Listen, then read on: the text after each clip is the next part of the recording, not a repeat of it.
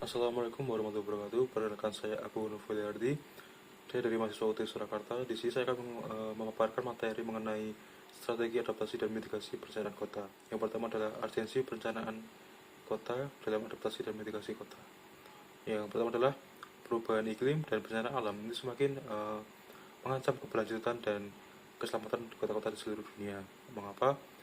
Karena perubahan iklim dan bencana itu adalah salah satu dampak yang paling besar yang menyebabkan kota-kota semakin hancur. Dan mengapa ini adalah penting? Karena urgensi dan mitigasi kota adalah merupakan ujung tombak bagaimana kota itu berdiri.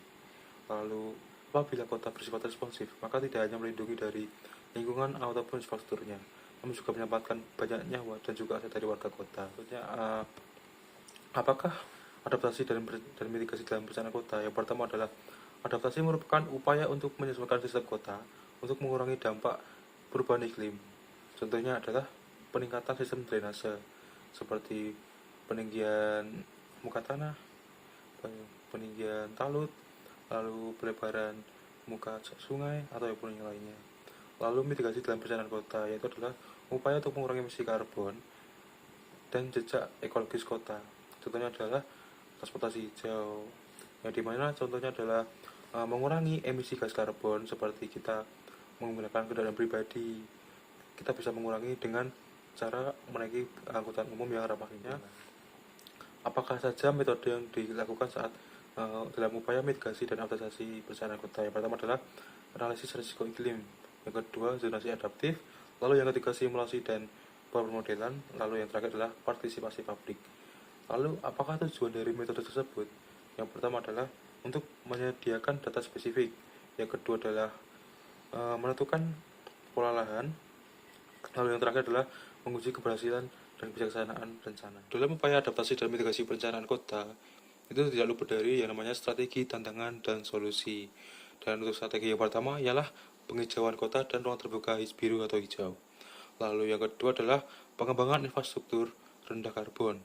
Lalu yang terakhir perlindungan kawasan pesisir dan dataran banjir.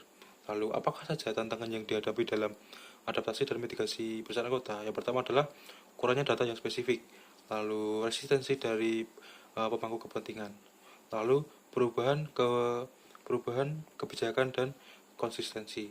Lalu yang terakhir adalah solusi. Apakah solusi dari adaptasi, mitigasi dan bencana? Yang pertama adalah kolaborasi multisektor, lalu yang kedua insentif fiskal dan regulasi perlindungan.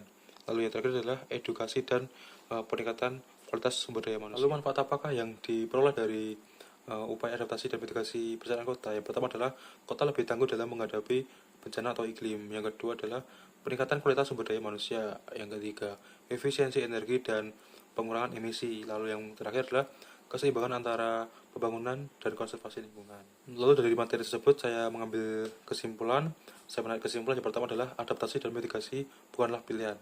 Namun adaptasi dan mitigasi adalah ujung tombak dalam perencanaan kota. Yang kedua adalah strategi tata ruang yang inklusif, berbasis data, dan berkelanjutan dapat menciptakan kota yang lebih aman dan layak huni.